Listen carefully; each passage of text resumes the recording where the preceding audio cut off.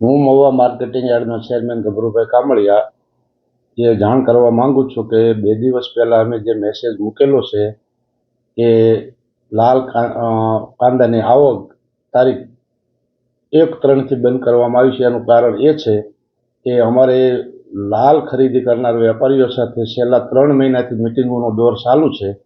એ લોકોની માંગણી એવી છે કે ભાઈ કંતાન બારદાનની અંદર ડુંગળી લાવો, અને અમારી માંગણી એવી છે કે ભાઈ જે પ્લાસ્ટિક બારદાનની અંદર ડુંગળી ચાલુ છે એ જ પ્રમાણે તમે આખો. આ વર્ષે ડુંગળીના ભાવ ખૂબ જ નીચા છે અને કંતાન બારદાન બહુ મોંઘા થઈ ગયા છે. 45 રૂપિયા હાલની બજાર છે અને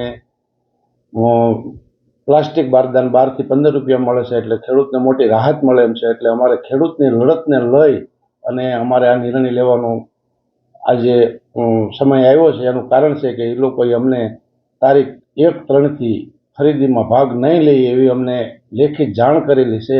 એટલે ખેડૂતનો માલ આવીને યાર્ડમાં પડતર ન રહે એટલા માટે અમે અત્યારે અગાઉથી મેસેજ મૂકેલો છે. પરંતુ જો કાંઈ 2 દિવસની અંદર અમારે સુખદ સમાધાન થઈ જશે તો આવક રાબેતા મુજબ પછી શરૂ કરી દેવામાં આવશે.